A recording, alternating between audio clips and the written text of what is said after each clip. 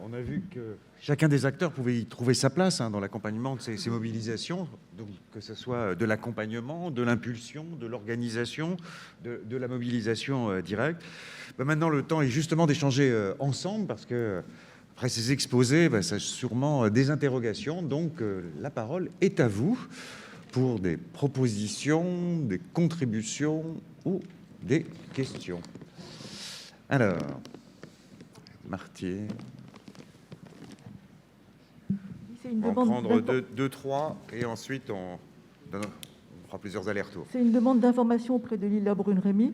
Je ne sais pas si c'est un mouvement, comment il est organisé, le mouvement des Youth for Climate France, mais combien il y a de jeunes engagés là-dedans pour l'instant? Quelles actions vous avez vis-à-vis avec d'autres pays d'Europe notamment? Voilà. Merci. Oui, vous pouvez répondre directement pendant qu'on prépare le micro pour la deuxième personne. Vas-y, tu peux répondre directement. Alors, on a en France Youth for Climate, donc on est une association proprement française. On a un groupe donc, au national qui se trouve à Paris, qui a un statut d'association. Et ensuite, on a des groupes locaux dans toutes les villes de France. Donc, personnellement, par exemple, moi, je viens de Metz, dans l'Est, et je suis rentrée dans Youth for Climate à travers mon groupe local. Et par rapport aux autres pays européens, donc le mouvement s'est structuré au début avec donc Friday for Futures, qui est donc un mouvement principalement européen, avec d'autres personnalités comme Greta Thunberg, Hanouna De Wever, qui est, elle est belge. Donc il y a plusieurs pays d'Europe qui ont structuré le mouvement autour de militants. Et donc il y a par exemple certaines journées de manifestation mondiales ou internationales qui se font en coopération avec des représentants d'autres pays. Donc c'est ce qui s'était passé par exemple en 2019, où il y avait eu 4 millions de manifestants de jeunes dans la rue. Et donc ça s'était passé en discussion entre les pays. Et maintenant, il y a une nouvelle vague en fait, de solidarité, notamment avec les pays, ce qu'on appelle les MAPA, c'est Most Affected Countries, où c'est par exemple certains militants qui viennent d'Indonésie, ou plutôt il y a aussi une militante indienne qui est très dynamique. Et donc il y a aussi des relations qui se structurent dans le mouvement entre des militants internationaux partout dans le monde. Pardon ? En France, alors, on a une estimation... Martine, on pourra t'envoyer les comptes rendus d'activité de Youth. En France, donc, notre association, on a une estimation de 300-400. Mais comme il n'y a pas ce système d'adhérence, on a du mal à le mobiliser, mais à l'échelle mondiale, c'est beaucoup plus important. Merci.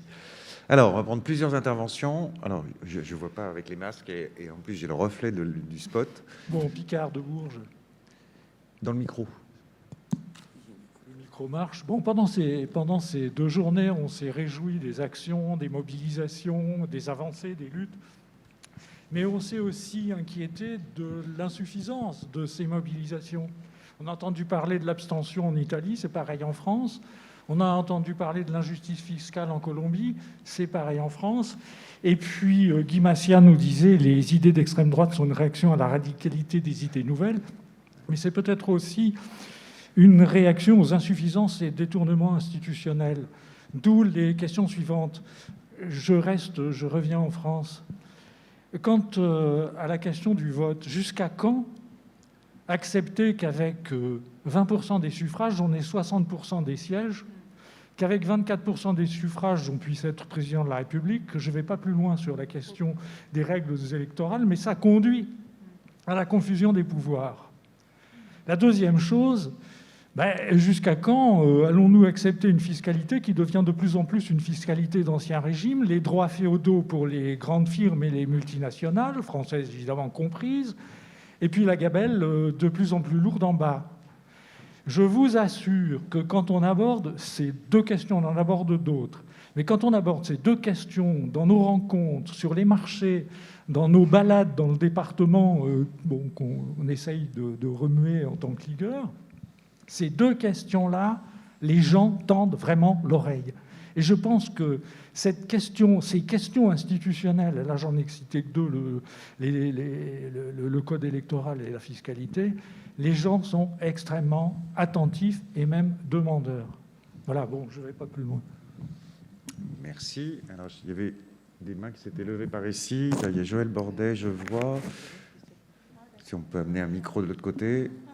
Et je crois que c'est Paul. Oui, c'est Paul Garrigue aussi. Pour mieux qu'à le micro. Oui, bonjour. D'abord, merci beaucoup parce que ça met ça continue à nous mettre en action et en réflexion. En résonance avec ce que j'entendais sur la table ronde, j'anime un réseau international avec 8 pays et on fait une recherche-intervention qui s'appelle « De la colère à la démocratie ». Et donc, dans ce réseau, il y a le Brésil, Israël, Palestine, Russie, Ukraine, la France, l'Italie, le Portugal. Et en résonance avec ce que vous dites, il y a quelque chose où les jeunes, je trouve, posent les questions autrement. C'est-à-dire qu'en fait, ils ne partagent pas d'un côté la question de l'économie, de l'autre côté les rapports sociaux, de l'autre côté, c'est tout syncrétique. Et votre référence à Descola, elle est là. C'est-à-dire il y a des anthropologues aujourd'hui qui posent la question, la problématisation. Et ça, je trouve qu'il y a une vraie question sur la pensée des contradictions. C'est-à-dire comment on pense le syncrétique aujourd'hui de la question existentielle. C'est ce qui sort vraiment des enquêtes avec les jeunes. C'est immédiatement existentiel et immédiatement syncrétique. Donc par rapport à des gens de ma génération qui ont beaucoup pensé quand même les contradictions, dans un marxisme quand même bien direct, et bien passer de ça à la façon dont ils pensent, c'est un vrai défi. Et moi, je pense qu'actuellement, je fais des ateliers de la pensée critique en France, mais je développe aussi des pédagogies autour de ça, parce que moi-même, j'ai besoin de l'entendre. C'est hyper intéressant. Et c'est vrai que la référence des anthropologues aujourd'hui, comme Descola, Latour aussi, me fait beaucoup réfléchir, parce que ça me met en lien avec le politique encore autrement. Et je trouve que là, il y a une rupture même par rapport à ce que j'ai entendu dans les forums sociaux mondiaux. C'est-à-dire comment... Alors, c'est vrai que c'est celui, je me permets juste rapide, c'est celui de Belém, où j'ai entendu le plus, parce qu'effectivement, les populations indigènes posent la question syncrétique depuis toujours, et on le sait en Colombie. Donc, enfin bon, j'arrête là, je suis trop passionnée. Mais pour dire qu'effectivement, la façon dont on problématise la question, et donc la façon dont on discute politique avec les jeunes, elle est fondamentale. Si nous, on ne problématise pas la question, et des fois très à l'envers de là où on l'a fait, c'est un vrai défi générationnel. Et ben voilà. Mais je trouve ça absolument passionnant. Et on a besoin de vous pour le penser, mais aussi de gens comme Descola ou d'autres. Voilà, c'est une vraie question de référentiel. Et peut-être ça interroge encore même notre université d'automne, si je peux me permettre. C'est comment on poursuit cette réflexion-là. Et là, c'est effectivement par l'écoute des jeunes et l'écoute intergénérationnelle qu'on est obligé de rentrer dans d'autres systèmes référentiels. Voilà, j'arrête là. Merci Joël. Une question donc de Paul. Et ensuite, la tribune va pouvoir répondre, contribuer à la réflexion collective. Vas-y, Oui, Paul Garrigue. Là, c'est une question pour un peu tous que ça fait toujours, donne le moral d'écouter ce qui se fait d'actions qui marchent. Je crois même nous tous, en tant que militants, ce qui nous fait tenir, c'est quand il y a des trucs de terrain qui marchent, quoi. Mais moi, ce qui me frappe, c'est la contradiction. Puis j'ai repensé notamment avec... j'ai oublié votre nom. Qui parliez, par exemple, des sondages. On dit dans les sondages, les gens, ils se posent des questions sensées. Pouvoir d'achat, l'écologie et les conneries sur la peur de l'islam et l'immigration, c'est bien en dessous. Mais quand ils votent, ils font l'inverse. Aujourd'hui, on gagne les élections en sortant les pires horreurs et en parlant pas des vrais problèmes. Et moi, c'est cette contradiction. Et ce que disait le copain de Bourges, je veux bien, mais ouais, les gens qui sont élus, ils sont élus parce que les citoyens votent pour ou parce qu'ils vont pas voter. Puis après, vouloir faire voter les abstentionnistes, ça n'a aucun sens. Hein. Chacun dit toujours, surtout quand on a perdu une élection, oui, c'est à cause de l'abstention. Oui, on ne sait pas ce qu'ils auraient voté. Moi, c'est cette contradiction entre l'avancée de lutte dans la société, un certain nombre d'idées progressistes qui avancent, et les résultats politiques qui sont en sens exactement inverse. Alors, c'est une question, qu'est-ce qu'on peut faire avec ça? Alors, qui veut commencer à répondre à ces différentes questions sur les injustices fiscales? Comment on se mobilise dessus? Allez. Enfin, ou sur les deux autres questions, hein, sur la jeunesse, comment on prend en compte leurs problématiques. Il y a peut-être deux choses. Alors, la question de l'injustice fiscale et de l'injustice sociale, je pense en effet que c'est un élément qui est déterminant, et on le voit sur la question du système de santé, du système de construction d'une protection sociale qui est solidaire, parce que ce que vous décrivez d'un point de vue fiscal, on le retrouve aussi sur la contribution au système de protection sociale. On a une sécurité sociale qui a été créée en 1946 en partant du principe que c'était un vecteur de répartition des richesses et de redistribution des richesses dans la société. Or, on est aujourd'hui devant une protection sociale qui en fait ne remplit plus ce rôle-là, d'abord parce qu'elle assoit son financement principalement sur le travail, puisque c'est la masse salariale des entreprises notamment qui contribue, et que toute la part qui aujourd'hui file vers le capital n'est pas mise à contribution. Ce qui fait qu'on a à peu près 2/3 de la valeur ajoutée des entreprises qui ne contribuent pas au financement du système de protection sociale, ce qui pourrait par ailleurs nous donner des ressources nécessaires pour couvrir un certain nombre de besoins qui sont mal couverts aujourd'hui. Et le deuxième phénomène qu'on a sur la protection sociale, c'est qu'on concentre de plus en plus l'effort sur ce qu'on appelle les ménages, c'est-à-dire que ce sont les individus qui sont amenés à contribuer de plus en plus fortement, soit par un phénomène de fiscalisation, on passe par l'impôt plutôt que par la cotisation sociale, soit par un deuxième effet qui est un effet de taxation, puisque aujourd'hui il y a des taxes sur, enfin, je ne sais pas si vous le savez, mais quand vous payez votre complémentaire santé ou votre mutuelle, vous avez immédiatement 15% du montant de la cotisation qui part directement dans les caisses de l'État sous une forme d'impôt indirect qui, comme on le sait, sont les plus injustes fiscalement. Ce que nous, on analyse dans pourquoi est-ce que les gens ne se mobilisent pas là-dessus, c'est qu'il faut déjà comprendre le système. C'est-à-dire que toute l'intelligence, et on décrivait la dérive néolibérale, toute l'intelligence des néolibéraux quand ils attaquent les systèmes de protection sociale, c'est qu'avant de les attaquer, ils les complexifient. Et donc, ils les complexifient à tel point que plus personne ne sait ce qui relève de la solidarité nationale, de la solidarité individuelle, de la solidarité mutualiste en ce qui est le cas chez nous. C'est exactement le même système qu'on a connu sur le système de retraite, où aujourd'hui, celui qui est capable de dire ce qui relève de sa retraite de base, de sa retraite complémentaire obligatoire ou de sa retraite complémentaire choisie individuellement est assez fort, parce que ça veut dire qu'il a vraiment compris le système. Donc, il faut lutter contre cette complexification-là par l'éducation, et c'est pour ça que je parlais d'éducation populaire. On se rend compte que l'hégémonie culturelle des libéraux, elle est aussi due à notre incapacité à pouvoir faire passer un contre-modèle dans la société et à pouvoir porter ces initiatives-là. Et le deuxième élément sur lequel je voulais réagir, c'était sur la question générationnelle. Parce que la défiance... Alors, moi, je suis un mutualiste. La mutualité est un mouvement, alors je disais à table tout à l'heure, plutôt un mouvement de vieux mâles blancs qui ont tendance à vieillir chaque année un peu plus sans qu'il y ait de réel renouvellement. Pourtant, c'est ce qui, moi, m'étonne toujours, c'est que la mutualité est un formidable laboratoire de construction de solutions. Sauf que la défiance qu'il y a vis-à-vis de tout ce qui ressemble à une institution aujourd'hui fait que, naturellement, les jeunes générations ne trouvent pas de cadre d'engagement dans nos structures. On l'analyse de deux manières. D'abord parce que c'est un engagement en temps long, c'est-à-dire que la mutualité, quoi qu'on en dise, c'est un petit peu comme les ordres. Vous y rentrez au début de votre carrière et vous en ressortez les pieds devant. Et résultat, c'est pas la forme d'engagement qui aujourd'hui correspond à la jeunesse, qui est sur des formes d'engagement qui sont plus spontanées, mais qui sont aussi peut-être moins dans la durabilité. Donc comment la question qui nous est posée en tant que mouvement social, mais qui dépasse largement la mutualité, parce que c'est le cas pour les associations, c'est le cas pour les syndicats, c'est comment est-ce que dans nos organisations, on arrive à créer des espaces qui permettent aux jeunes de venir non seulement construire des projets avec nous, mais qui viennent aussi nous bousculer sur nos certitudes et nos modes d'organisation. Les modes d'organisation de nos débats en assemblée générale de mutualistes, où il faut être spécialiste de la protection sociale pour comprendre les enjeux, ça ne peut pas correspondre à la manière dont on va engager. Et la difficulté à laquelle on est confronté, c'est que, en fait, avant de pouvoir militer dans nos structures, il faut qu'on montre patte blanche. Il faut qu'on montre qu'on est déjà suffisamment intelligent, compréhensif de tous les sujets, etc., pour rentrer. Et tant qu'on n'aura pas fait sauter ce verrou-là, je crains malheureusement qu'on sclérose nos organisations, qui vont devenir des espèces d'organisations technocratiques, et les jeunes trouveront d'autres formes d'engagement qu'ils construiront par eux-mêmes, mais malheureusement en faisant peut-être une rupture générationnelle, notamment sur l'histoire de nos mouvements sociaux et la manière dont ils ont contribué à l'émergence de l'État social. Merci beaucoup. On peut nous faire applaudir, si on est d'accord. C'est pas... Alors, Lila Brune, pour compléter. Je vais vous répondre sur la question de la façon dont on voit, nous, la politique et les questions environnementales de façon existentielle. L'environnement est considéré par la plupart de la population comme quelque chose qui impacte le confort de vie, mais aussi l'esthétique, parce que ça impacte nos environnements, mais c'est quelque chose qui sur certaines personnes, n'est qu'une question de vue et d'aspect de ce qui nous entoure. Pour ma génération, c'est devenu quelque chose de beaucoup plus existentiel.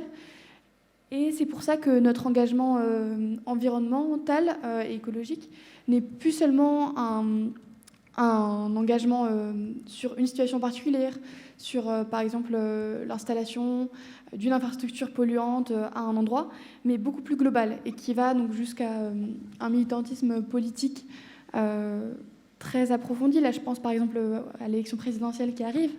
Ça paraît être une petite échéance à l'échelle mondiale.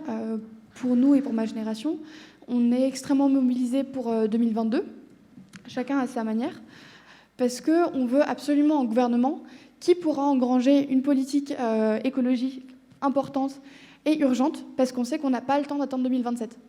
Et qu'on sait que depuis les années 60-70, on est au courant de l'urgence climatique et de l'impact que l'homme a sur l'environnement. Pourtant, là, on est à un stade où 5 ans ferait une différence énorme dans les courbes d'émissions de carbone. Et donc c'est pour ça que l'engagement politique est dans une logique, je le regrette même, mais d'urgence, qui fait qu'on peut parfois sacrifier la réflexion à la volonté d'agir de façon immédiate. Merci. Raphaël. Oui, je pense que nous avons besoin de beaucoup d'universités, pas seulement en responsabilité de LDH, mais de tous nous, pour discuter comment nous pouvons reconstruire une participation massive, effective et efficace. Non? Parce que je pense que nous avons réellement un problème. Je ne sais pas si nous sommes majorité ou minorité, mais je pense que nous sommes silencieuses. Pas nous, nous les activistes, mais la gens qu'il y a des valeurs bonnes. Hein? Pour la majorité, dans cette période, ils sont silencieux. Et je pense que réellement, que peut-être nous sommes en majorité silencieuse. Il y a un droit qui est à l'offensive et qui fait beaucoup de bruit. Et nous sommes silencieuses. Je pense qu'un problème est un problème que nous ne pouvons pas solutionner, mais que je pense que nous devons discuter, qui est le manque de représentation politique.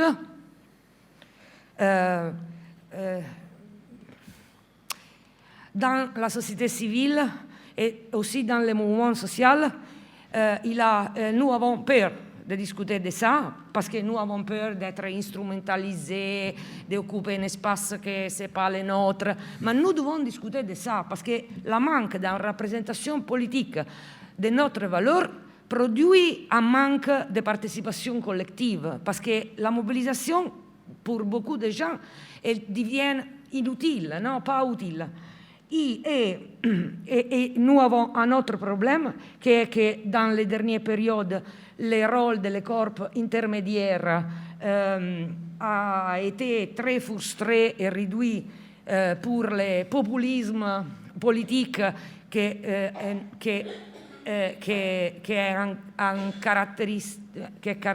caractérise toute la dimension politique, pas seulement les nouveaux populismes, et qu'elle préfère la relation avec la citoyenne, l'électeur, non? Et qui ne reconnaît pas l'organisation collective. Mais il y a des signes positifs. Dans la pandémie, en Italie, et pas seulement en Italie, nous avons fait beaucoup de travail d'indagine dans les forums civiques européens. La majorité des expériences de nouvelles solidarités sociales dans la crise et de nouveaux mutualismes ont été créées par des jeunes, par la jeune génération, qui généralement, ils ne veulent seul parler, ils veulent faire des choses. Des choses. Une chose, pour moi, et je suis très contente du mouvement pour la justice climatique, parce que pour moi, une chose concrète que nous devons continuer à faire, c'est la mobilisation dans la rue. il y a eu dans les dernières décennies l'idée que mais c'est pas important parce que nous ne sommes pas capables de créer des résultats concrets. Mais la mobilisation dans la rue, ils sont la démonstration réelle qui est la vérité. Elle crée identité. Elle nécessite éducation populaire parce que la gente, il ne va pas dans la rue comme ça, non? Tu dois dédier des temps dans l'école, dans les quartiers, pour expliquer parce que c'est important, blablabla. Bla, bla. Et surtout donner une identité, créer une dimension de communauté qui, en ce moment, je pense que manque. Et pour moi, est très intéressant aussi cette expérience qui a porté beaucoup de gens à faire, à être réellement les nouveaux acteurs de la dimension de la solidarité sociale dans les quartiers et du nouvel mutualisme, parce que normalement, elle commence pour l'idée alimentaire, les plus pauvres, et après 2 mois, ils sont sur les barricades de mobilisation pour les droits, le logement, pour les droits sociaux, pour la question fiscale et tout ça. Et je pense que réellement, nous devons chercher de trouver tous les éléments qui peuvent composer une sorte de nouvel cadre pour l'action.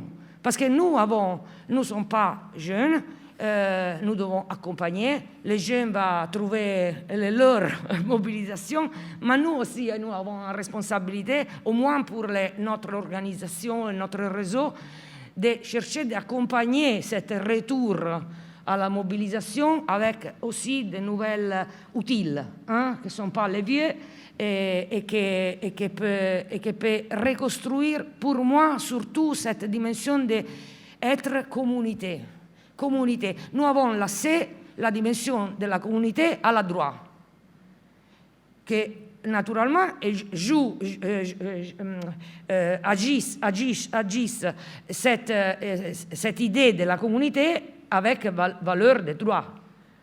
Mais la communauté, c'est aussi un grand valeur par la gauche, parce qu'il n'y a pas seulement... Je pense que c'est une chose qu'à Belém, les indigènes ont beaucoup dit à nous. Et toujours à nous dit, vous, de la gauche européenne, vous avez un manque, parce que vous avez l'État et les citoyennes. L'État qui donne les droits et les citoyennes qui sont porteurs de droits. Mais les communes nécessitent de la communauté. Et c'est vrai.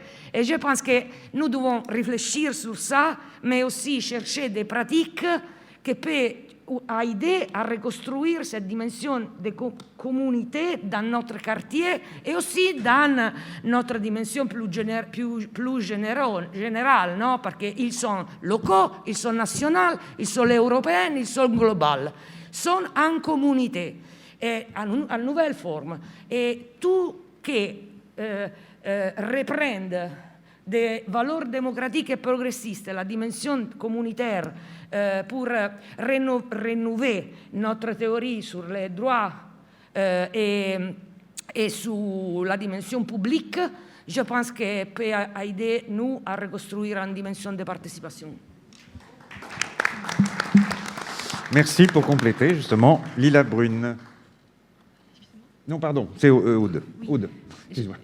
Je vais être très brève, mais je voulais revenir sur la question du référentiel syncrétique que vous évoquiez et aussi dans quelle mesure on peut s'inspirer des peuples autochtones, de leur rapport à la nature, de cette cosmovision qu'on connaît bien et qui est effectivement très inspirante dans cette vision, on va dire, syncrétique. Nous, au niveau du Secours catholique, ça fait des années qu'on accompagne des partenaires et des communautés autochtones, que ce soit en Amérique latine, en Asie, également de plus en plus en Guyane française, voilà, ne l'oublions pas. On voit bien tout l'intérêt de cette vision articulée entre enjeux sociaux, culturels, environnementaux, et des efforts qui sont faits pour avoir une gestion raisonnée des ressources. On voit bien aussi à quel point ce combat-là, il est risqué On sait que la majorité des assassinats en Amérique latine sont des assassinats de défenseurs de l'environnement. C'est aussi le cas donc, de leaders autochtones et qu'il y a énormément de menaces sur les territoires autochtones du fait notamment de cette logique, on va dire, extractiviste. Nous, dans le plaidoyer qu'on mène sur les questions climat, quand je dis nous, c'est Secours catholique, mais en lien avec aussi le réseau Action Climat dont on fait partie, on a cherché à articuler cette question entre climat et droits humains, notamment avec la problématique des peuples autochtones au cœur de ça.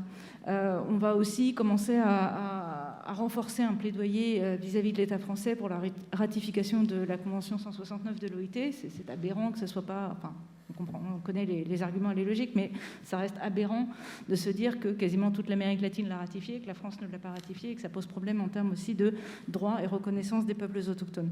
Ceci étant dit, je voudrais quand même faire un tout petit point, sans casser l'ambiance, mais juste pour dire attention à ne pas idéaliser les communautés autochtones. Il y a aussi des défis internes, notamment, on en parlait, la place des femmes, la place des jeunes, la question de la démocratie interne. Voilà. Donc je le dis juste pour...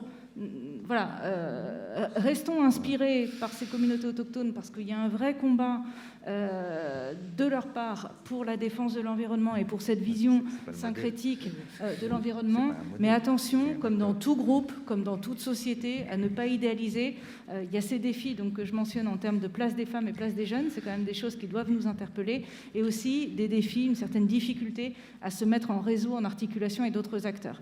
Je mentionne aussi, et je profite de la présence de Gus ici, pour dire que un des alors je ne sais pas, petits-enfants, petits-frères du FSM, c'est le fameux FOSPA, Forum social pan-amazonien, dans lequel nous, on est investi depuis assez longtemps. Il y a la prochaine édition qui se tient en 2022 au Brésil. Je crois que les dates ne sont pas encore tout à fait fixées.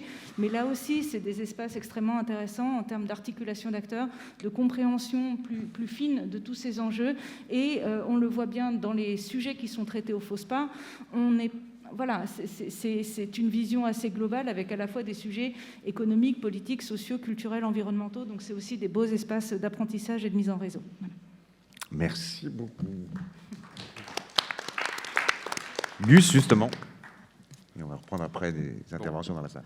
Donc je vais un peu, non pas répondre, mais réfléchir à partir de l'interpellation sur la démocratie.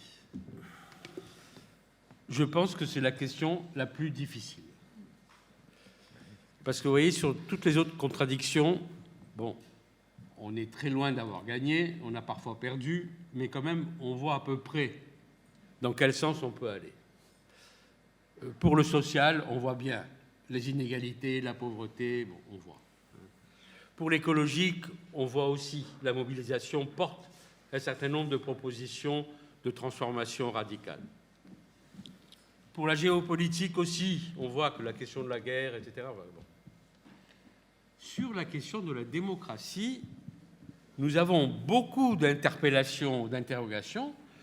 Nous avons des très grands mouvements que l'on peut appeler des mouvements de revendication de démocratie, mais nous sommes un peu bloqués. Donc je vais vous donner 2 réflexions issues de la question des forums sociaux aujourd'hui. La première porte sur la question de la stratégie. Quelle est la stratégie de prise du pouvoir et de construction d'un autre pouvoir?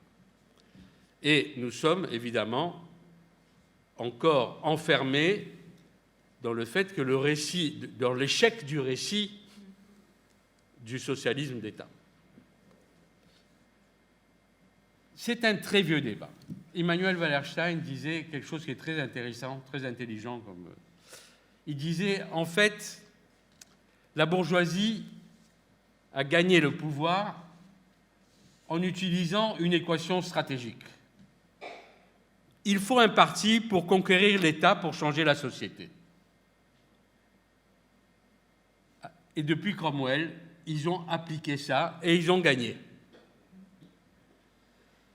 L'Internationale ouvrière a discuté de ça depuis le début, depuis la première internationale.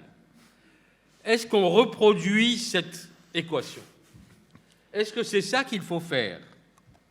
Elle en a discuté. La première internationale était assez divisée, avec Kropotkin, Bakounine, enfin, il y avait un débat. Le débat était très large.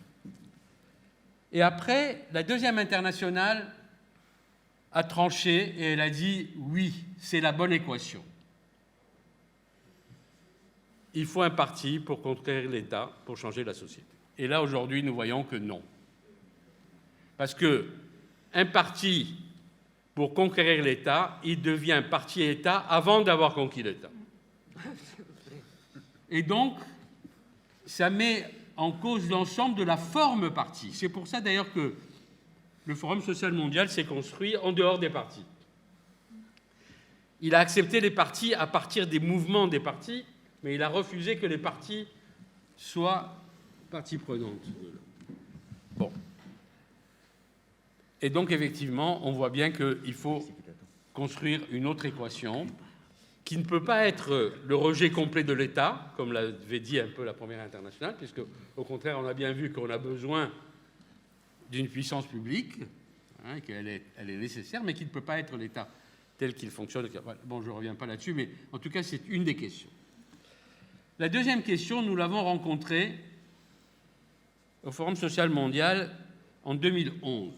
En 2011, au niveau du Forum social mondial, nous nous sommes dit « Ah, le renouvellement du Forum social mondial, il passe par les nouveaux mouvements, il passe par Occupy, il passe par les indignés. » Et donc, je me rappelle, nous avons participé, nous avons organisé une réunion, il y avait 500 Occupy et indignés, et on était une vingtaine de personnes du Conseil international, et on a discuté pendant 2 heures, et c'était parfait. Et au bout de 2 heures, on a dit, écoutez, on est d'accord, donc on organise le prochain Forum social mondial ensemble. Et les 500 ont dit, ah, moi, je ne représente que moi. Et donc, la remise en cause de la représentation et de la délégation est tellement fondamentale dans la culture des nouveaux mouvements que nous ne savons pas quoi faire. Et que, évidemment, ça pose la question de la construction des formes démocratiques. C'est pour ça que je pense qu'effectivement, cette question de la définition de ce que peuvent être les nouvelles formes démocratiques, et pas seulement institutionnellement, mais culturellement, profondément, c'est le problème principal de la prochaine période. Merci.